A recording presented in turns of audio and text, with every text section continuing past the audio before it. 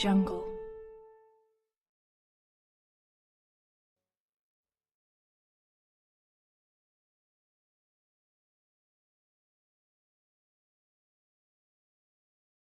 First thing I wanted to ask you is, how is it being just a family man? Because family's first. Absolutely, absolutely. It's a balance system. Number one, I want to make sure that my wife knows that she's the most important entity in my life next to Christ, and then with my kids, just making sure that they know that no matter where daddy goes, that daddy is still daddy and loves them, have an unconditional love for them. And so always making sure that that atmosphere is set at my home, so that no matter where I go, no matter where we go, we're still under that atmosphere of just that unconditional love for one another. So Awesome. yeah. How does it make you feel being able to connect with people, who are in college, who are young professionals? What do you see? Do you see that potential in them, or do you see that train wreck about to happen? All the above. Sometimes I feel like I just left college. Wow. I feel like I was just there, like, a semester ago. Yeah. Now I'm a few years removed from the college scene, but just knowing how fresh it is for me and the, what a college student deals with on a daily basis. And then, on top of that, you're having to do, not just being a college student, but, you got other entities that you're having to, make sure that you are taking care of responsibilities, and, you're being the young adult now.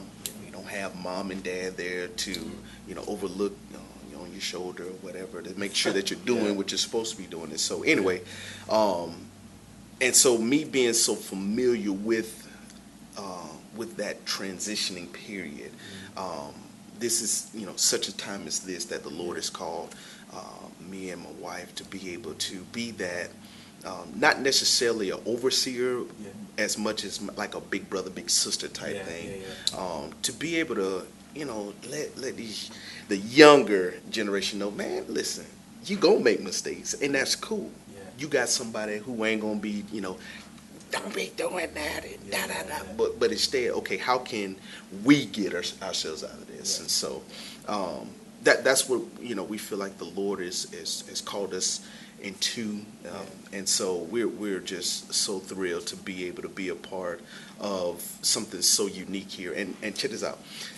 Tallahassee is a college town, so I feel like this is like the breeding ground for this type of ministry. I mean, you got TCC, FAMU, Florida State, and so it's not so much as, man, what do we do here? Is, man, when do we begin? Like, man, we need to hit this thing hard now. How do we take, knowing that we are going to face trials, and take that we're supposed to consider it pure joy? Right. What are we supposed to do with that? And the first thing that I always want to convey, and it could be something as small as, man, I don't know what I'm gonna have for dinner.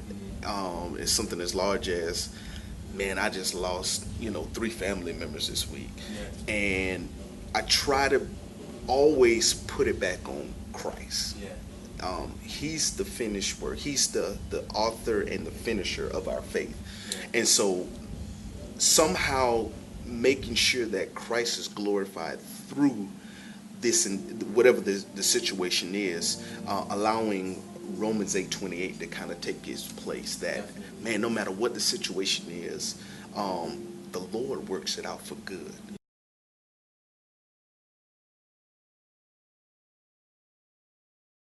Can we expect? Can we look out for anything that's coming up? Okay, well, yes. I have a project, EP that I'm doing now. This project I want to make absolute free.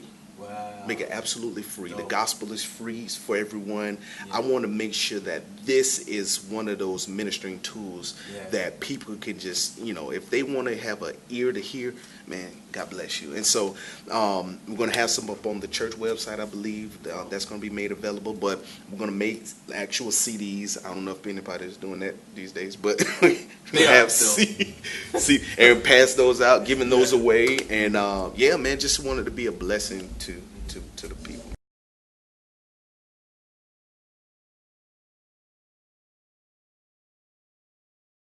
Man, we would just put aside our own agendas and just have that one purpose of glorifying the Lord, allowing the Lord to be that author and finisher of our faith, and that we can put all of our trust, all of our hope, everything that we have into Him, so that He can make us alive again. That's good. That one hope has come. He's here. That's good. Good. He's alive. But okay, for those who don't believe, then what? Wow.